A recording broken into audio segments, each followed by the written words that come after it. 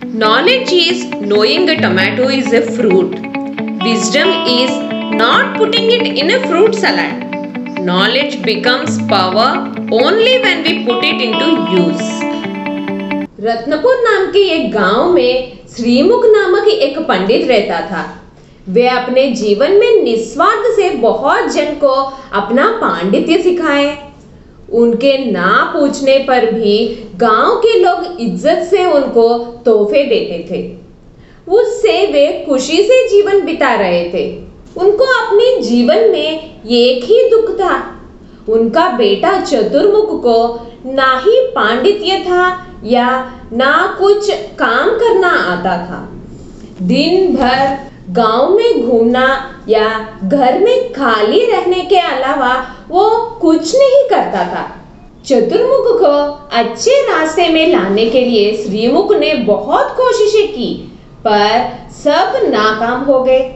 जब दिन ऐसा बीत रहे थे, एक बार महानंद नामक एक युवक श्रीमुख के पास आए।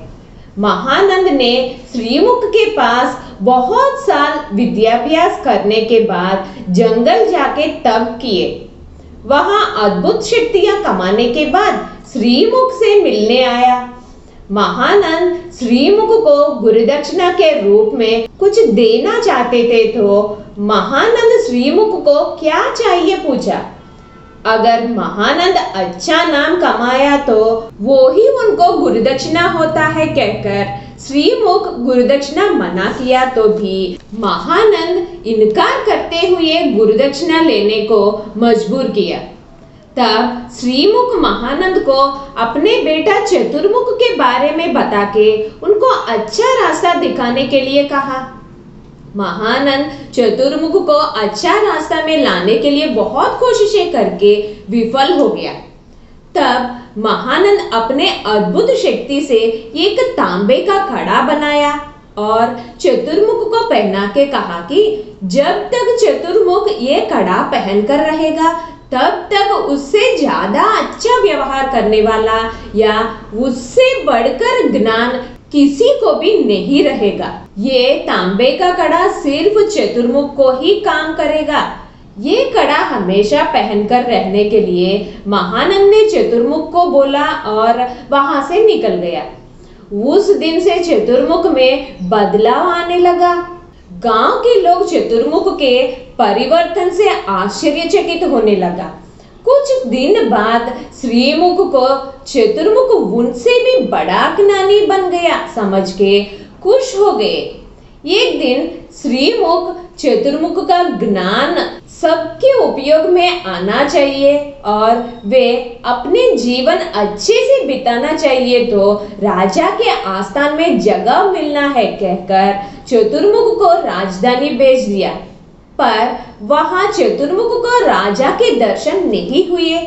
वहां चतुर्मुख ने सुना कि राजा के दर्शन होना है तो पहले विद्याधर नामक एक राज पंडित को खुश करना पड़ेगा।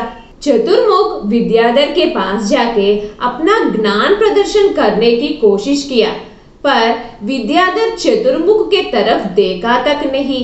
विद्याधर के इस प्रवर्तन से चतुर्मुख दुखी होके गांव वापस जाने के लिए सोचा, पर खाली हाथ गांव वापस जाके पिताजी को उनका चेहरा दिखाना उनको पसंद नहीं था और वे उनके साथ जो पैसे लाया वो भी खत्म हो गए थे। तब चतुर्मुख वो जो मठ में ठहरे थे उसके मालिक के पास गए और उनकी स्थिति बता के राजा के आस्थान में जगह जब मिलेगा तब तक उनको वहां रहने का अनुमति देने की प्रार्थना की। अगर मालिक चतुर्मुख को रहने के लिए अनुमति देते हैं तो चतुर्मुख जितने दिन वहां रहेगा उतने दिन मालिक को गीता साथ सिखाएगा। चतुर्मुख के बातों से मठ के मालिक खुश हुए और उस दिन से मालिक चतुर्मुख से भगवत गीता की एक एक श्लोक के विवरण सीखने लगा। एक बार राजा राजधानी में जितने मठ थे उन सब मठ के सभी मालिक को बुलाया और कहा कि आप सब अपने अपने मठ को अच्छे तरीके से चला रहे हैं। आप सब किस योजना के अनुसार मठ चला रहे हो वो मैं आपसे जानना चाहता हूँ, कहा। सभी मठ के मालिक राजा को अपने अपने तरीके बताने लगे। चतुर्मुख के मठ के मालिक राजा से कहा कि वो मठ चलाने के लिए जो नियम है वो ही नियमानुसार मठ चला रहा है, बाकी भगवान की कृपा, कहा।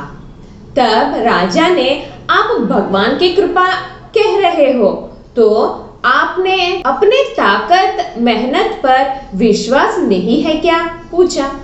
तब मालिक ने, मेरे मेहनत पर मुझे विश्वास है पर परिणाम का महानता मेरा नहीं है, कहा।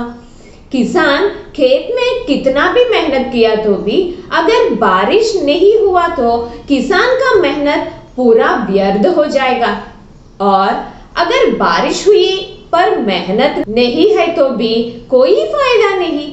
इसलिए महानता मेहनत और भगवान की कृपा दोनों पे आधारित है, कहा। राजा ने तब, मेहनत करके महान बनने की इच्छा आपको नहीं है क्या, पूछा। तब मालिक ने, महाभारत युद्ध के बाद अर्जुन ने उनकी जीत का कारण भगवान श्री कृष्ण ही है, कहा तो मेरे भगवान की कृपा बोलने में कुछ गलत नहीं है, कहा। मालिक के ज्ञान से आश्चर्य होके राजा अगले दिन मालिक को सत्कार करने का निर्णय लिया, पर मालिक राजा को मना करके उनके ज्ञान कारक चतुर्मुख राजा के आदर के इंतजार के बारे में बताया, और मालिक राजा के आज्ञानुसार चतुर्मुख को अगले दिन राजस्थान ले गया। वहां राजा के सामने चतुर्मुख ने अपना पुराण पांडित्य का प्रदर्शन किया। सभा के सभी पंडित चतुर्मुख के पांडित्य से आश्चर्य हो गए। चतुर्मुख ज्ञानी होके भी उतनी दिन विद्याधर से मिलके अपने आस्थान में क्यों नहीं आया, पूछा राजा ने। तब चतुर्मुख वे विद्याधर से कैसे मिला और विद्याधर उनका अपमान कैसे किया, सब बताया राजा को। तब राजा गुस्से में खुद का अपमान समझ के चतुर्मुख को अपने हाथों से विद्याधर को शिक्षा देने की अनुमति दी। चतुर्मुख भी राजा से सहमत होके अपने तांबे का कड़ा राजा को पकड़ने के लिए दिया और विद्याधर के पास जाके उनसे बहुत बुरी बातें कहा। चतुर्मुख के भाषा से राजा और सभा के सभी पंडित भी दंग रह गए। चतुर्मुख जैसा ज्ञानी के मुंह से इस तरह की भाषा सुन के सब संकोच में पड़ गए। चतुर्मुख राजा से कड़ा लेने के बाद राजा चतुर्मुख से विद्याधर को शिक्षा करने का मौका मिलते ही ज्ञानी होते हुए भी चतुर्मुख कैसे बुरी भाषा बोल पाया, पूछा। तब चतुर्मुख अपने प्रवर्तन से शर्मिंदा होते हुए उनका ज्ञान कारक कड़ा के बारे में सब बताया। सब सुन के राजा चतुर्मुख से तांबे की कड़ा पहन के भी विद्याधर को दंड दे सकता है ना, और आप एक मामूली मठ के मालिक को ज्ञानी बनाया तो एक पंडित पर इतना नफरत क्यों, पूछा। राजा के बातों से चतुर्मुख हंसते हुए, राजा मेरा पांडित्य तांबे के कड़ा से आया है। मुझे लगता था कि वो ही ज्ञान से संस्कार आते हैं।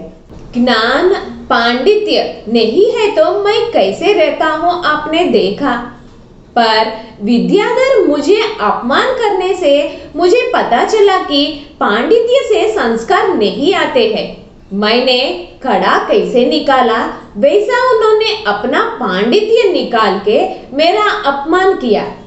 वो उनको समझाना चाहा मैंने। कोई भी परिस्थिति में मैं तांबे का कड़ा जैसा नहीं निकालना चाहिए वैसा ही हर एक अपना ज्ञान और संस्कार ना खोते हुए परिस्थिति का सामना करना चाहिए, कहा। चतुर्मुख के इस बातों से खुश होके राजा ने उससे आस्थान में उच्च स्थान दिए।